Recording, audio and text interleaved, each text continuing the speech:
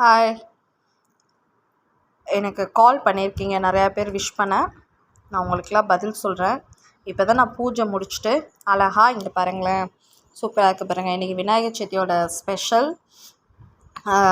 அழகா எனக்கு இதில் ரொம்ப ஃபேவரட் மோதகமும் இந்த எல்லோ கலரில் இருக்குது பாருங்கள்.